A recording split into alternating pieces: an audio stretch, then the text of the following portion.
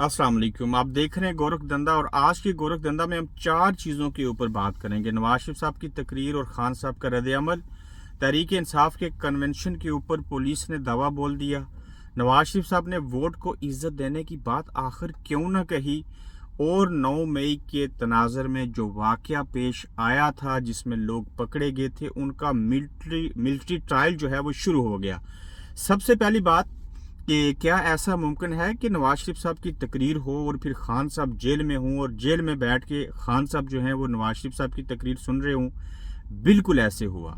खान साहब ने 4 लोगों के साथ बैठ के, यानी कि पुलिस के अफसरान थे या किसी भी इदारे के जो 4 लोग थे उनको अफसरान हम कह रहे हैं, हमारे ज़राए के मुताबिक खान साहब ने उनके साथ बैठ के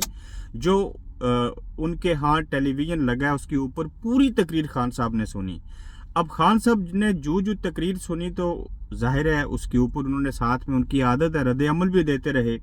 पहला रद्द-ए-अमल उन्होंने ये दिया कि जब खान साहब को ये सुनाई दिया कि मियाँ साहब ने जो तकरीर है उसके दौरान जब बिजली का बिल दिखाया तो ये तासर दिया कि देखिए मेरे दौर में बिजली जो थी वो कितनी सस्ती थी। उसके ऊपर खान साहब ने कहा कि मियाँ साहब को कोई ये पूछे कि एक दौर तो अयूब खान का ये भी था कि जब तो बिजली के बिल आते ही नहीं थे, फिर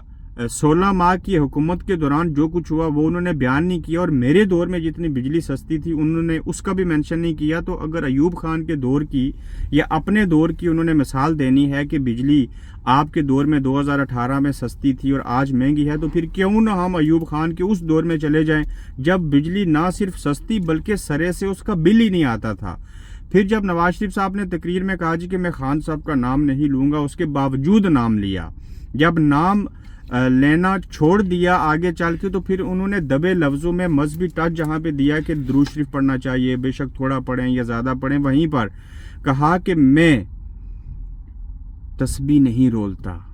उन लोगों की तरह तस्बीह सरेआम नहीं पढ़ता, बल्कि मैं इबादत छुप के करता हूँ। तो मियाँ साहब ये कुछ चोरी थोड़ी है जो आप छुप के करेंगे। इसके ऊपर खान साहब ने ये कहा कि तस्बीह एक ऐसी अच्छी आदत है जिसको सरेआम भी पढ़ा जाए तो दूसरे लोग जो हैं, आपके जो मिलियंस में फॉलोअर्स होते हैं, उससे मुतासर होकर आपकी इस आदत को अपनाते हैं। तो इस तरह से खान साहब ने मुख्तलिफ नवाज शरीफ साहब की जो तकरीर थी उसके ऊपर रद्द-ए-अमल दिया। और ख़ासकर ये बड़ी खबर है कि इमरान खान साहब ने नवाज शरीफ साहब की तकरीर को जेल में बैठ के सुना, जबकि मियाँ साहब लंदन में बैठ के इमरान खान साहब की तकारीर सुना करते थे। आज आपको बताया था गुज़श्ता रोज़ के 22 अक्टूबर यानी कि आज के रोज़ लाहौर के अंदर छोटा सा या बड़ा एक कन्वेंशन था पाकिस्तान तहरीक इंसाफ का, और उस कन्वेंशन के ऊपर पुलिस ने दावा बोल दिया और तहरीक इंसाफ की धज्जियाँ उड़ा के रख दी। अब देखिए कि एक तरफ नून लीग को जो जलसा करने की इजाज़त है, पूरी स्टेट मशीनरी को इस्तेमाल किया गया, उनको खुलेआम सरेआम छुट्टी दी गई, उन्हें ज़मानत भी दी गई, मियाँ साहब लंदन से वापस आ गए, कोई गिरफ्तार नहीं हुए, ज़मानत मिली, सारा अमल उन्होंने कर लिया। दूसरी जानिब पाकिस्तान तहरीक इंसाफ से इतने हाइफ हैं ये इदारे, ये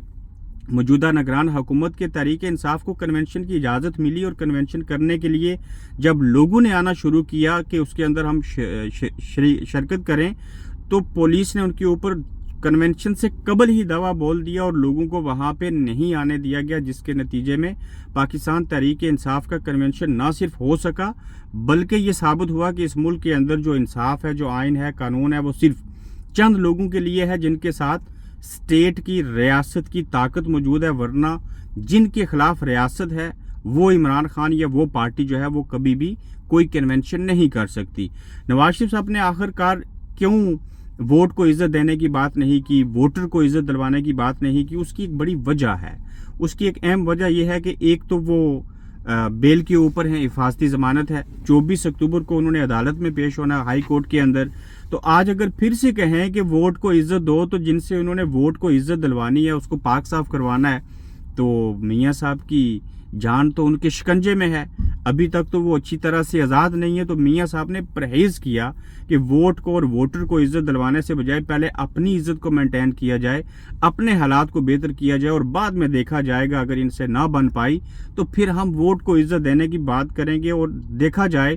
तो ये लगता है कि मियाँ साहब आज़ाद नहीं है, और ओवरऑल इज्तिमाई तौर पे बात की जाए तो साबित ये हुआ कि मियाँ साहब एक डील के नतीजे में आए, अपने बयानियों को दफन करके आए, किसी के साथ नहीं टकराना, सबसे मिल के काम करना है, और सब अच्छा है कि रिपोर्ट देनी है और आगे बढ़ना है। फिर आप देखें कि 9 मई के जो वाक़यात हुए थे उसमें जो लोग गिरफ्तार हुए थे, सिविलियंस का मिलिट्री ट्रायल शुरू कर दिया गया और हुकूमत ने सुप्रीम कोर्ट को बताया। निगरान हुकूमत ये कह रही है सुप्रीम कोर्ट को जी कि हम आपको बता रहे हैं कि जो लोग 9 मई के वाक़या में मुलव्विस थे उनका हमने मिलिट्री ट्रायल शुरू कर दिया, जबकि पिछले जजेस ने और मौजूदा सुप्रीम कोर्ट ने और पाकिस्तान का आइन और कानून ये बात कहता है कि किसी भी एक सिविलियन का जो ट्रायल है वो मिलिट्री कोर्ट्स में नहीं हो सकता। मिलिट्री कोर्ट्स के अंदर सिर्फ मिलिट्री का ट्रायल हो सकता है, और जबकि मिलिट्री को भी आम सिविलियन अदालतों में सिविलियंस की तरह पेश होना चाहिए। लेकिन इस पाकिस्तान के अंदर एक नहीं 2 निज़ाम है, उनकी अपनी रियासत है, उनका अपना बजट है, उनकी अपनी अदालतें हैं, जो मर्जी करें उनको सिविलियन अदालतें नहीं पूछ सकती। मगर ये मिलिट्री वाले जो हैं वो सिविलियन को अपनी अदालतों के अंदर ट्रायल कर सकते हैं। तो ये देखा जाए तो आइन और कानून के मुनाफी अमल किया गया है सिविलियन का मिलिट्री कोर्ट के अंदर ट्रायल करना। ये आज की चंद खबरें थी। मज़ीद खबरों के साथ फिर आपसे मुलाकात होगी। अपना ख्याल रखिएगा, फिर मिलेंगे आपसे।